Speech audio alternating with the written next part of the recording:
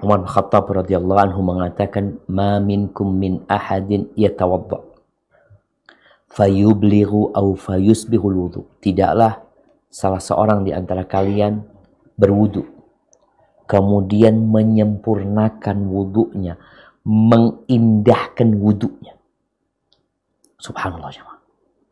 Dia nggak main-main berwudu.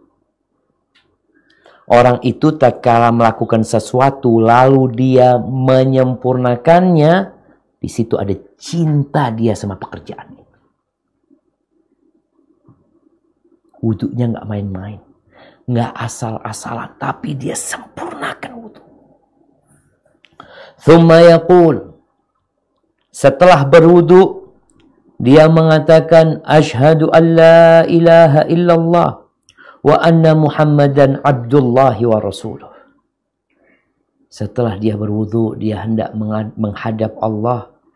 Dia mengatakan, aku bersaksi bahwa tiada ilah yang berhak disembah kecuali Allah. Seakan-akan dia sedang memperbaharui keimanan. Wa anna Muhammadan abdullahi wa rasuluh. Dan aku bersaksi bahwa Muhammad adalah hamba Allah dan Rasul. Apa yang akan terjadi? Illa futihat lahu abwabul jannati thamaniyah yadkhulu min ayyiha sya'. Melainkan akan dibukakan buat orang ini 8 pintu surga. Dia diperbolehkan masuk dari pintu mana saja. Bukan dibaca sekali, jemaah. Antum baca, alhamdulillah sudah. Tadi anak salat duhur udah baca, Ustaz. Berarti anak bisa masuk surga dari 8-nya. Dibaca sampai mati. Sampai mati kita membaca.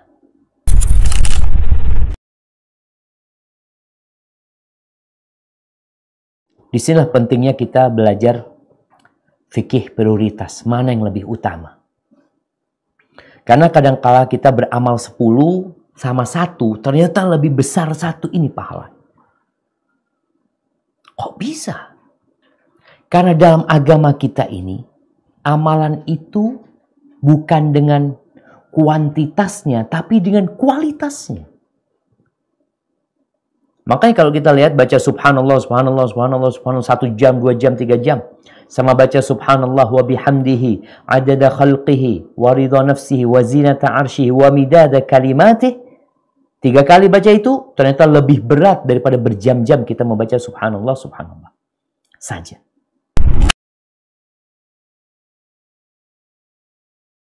Memang kebanyakan orang itu sabarnya setelah berhari-hari ya, setelah mikir ya, setelah dikasih tahu, setelah macam-macam baru dia sabar. Apakah itu terhitung sabar? Tetap. Rasul SAW mengatakan, waman yatasabbar yusabbirullah. Barang siapa yang berusaha untuk sabar, Allah bikin dia sabar. Tapi nilai pahalanya berbeda. Maka Nabi memberikan tahu bahwasanya sabar yang utama adalah sabar tatkala hempasan pertama. Maka disinilah jamaah pentingnya kita itu menyiapkan diri dengan keimanan. Dengan takdir Allah subhanahu wa ta'ala. Sehingga tatkala musibah datang itu, kita langsung bisa nahan diri. Ingat hadis Nabi SAW tentang seorang yang Allah bangunkan buat dia rumah di surga. Rumah yang ada tulisannya Baitul Hamd. Rumah pujian. Allah bertanya kepada malaikat-malaikatnya, qabattum walada abdi. Qabattum thamrata fuadih. Kalian cabut nyawa hambaku, anak hambaku. Ya. Kalian cabut nyawa buah hatinya. Kata malaikat, iya. Mada qala abdi. Subhanallah. Allah bertanya, apa yang dikatakan hambaku? Hamidak wastarja. Subhanallah. Ini tingkatan lagi, naik lagi jemaah. Allah bertanya, apa yang dikatakan hambaku? Dia memujimu ya Allah. Dan dia mengatakan, inna lillahi wa inna ilaihi raji'un. Gimana dia bisa sampai memuji Allah atas musibah jemaah? Bukan bicara sabar lagi, dia udah nahan diri, kemudian dia memuji Allah SWT, karena sebelum musibah terjadi, imannya udah benar.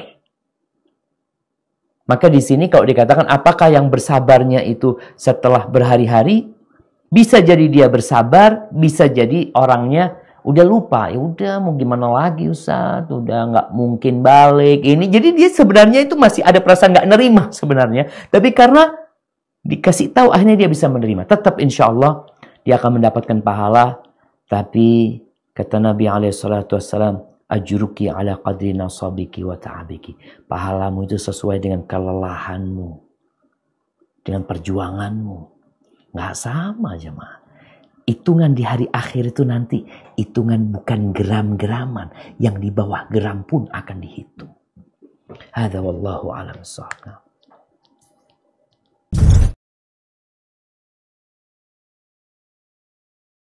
Buat emak-emak nih, ternyata ada kekhususan buat perempuan. Di dalam hadis riwayatnya Ibnu Hibban dan Tabrani dari Abu Hurairah radhiyallahu anhu, Rasulullah sallallahu alaihi wasallam mengatakan, "Idza shallatil mar'atu khamsaha."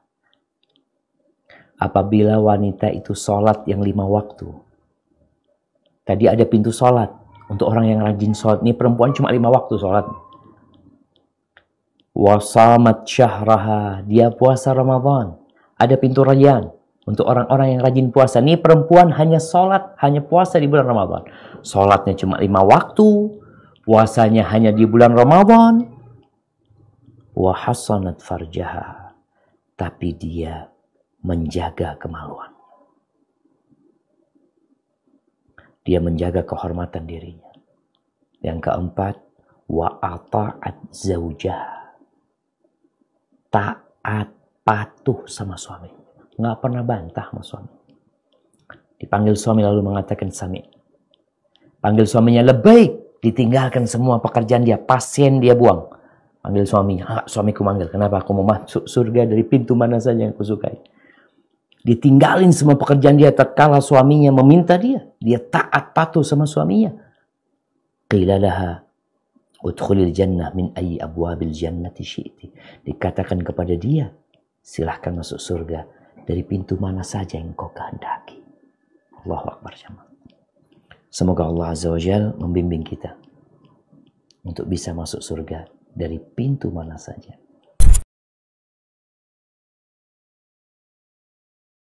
Game ini permainan. Jadi kalau bicara permainan, maka kembali kepada tadi aturan-aturan yang ada. Ada game yang diperbolehkan yang memang bermanfaat. Ada game yang di sana mengandung unsur-unsur yang tidak baik ya. Kalau kita bicara kadang-kala anak-anak itu dididik untuk jadi sadis dengan game tersebut. Dia diajarin membunuh di sana. Atau di sana juga ada permainan yang isinya ada perempuannya, ada ini, itu gitu loh. Maka kembali kepada game yang ada di sana. Kemudian game ini, kalau ada orang yang bermain game yang bermanfaat, tetap harus ada aturannya. Aturannya apa? Masalah waktu. Ingat, ini hanya menjadi sarana agar engkau setelah hilang kejenuhanmu itu bisa melaksanakan tugas yang lainnya. Karena Anda melihat kadang-kala orang itu main game dari pagi terus, apalagi kalau hari Ahad ini ya, terus main game. Gamenya udah nggak boleh, kemudian berlebih-lebihan di sana lagi. Game yang ada, Anda rasa ya ada beberapa game yang mungkin berguna ya buat anak-anak itu. Ada game-game yang memang bisa dikatakan mengasah kecerdasan anak tersebut ya. Ada game yang buat sesuatu, dia membangun ini dan itu mungkin ada yang bermanfaat, tapi kebanyakan game-game yang populer ini jemaah malah nggak ada manfaatnya. Hadza wallahu a'lam bishawab.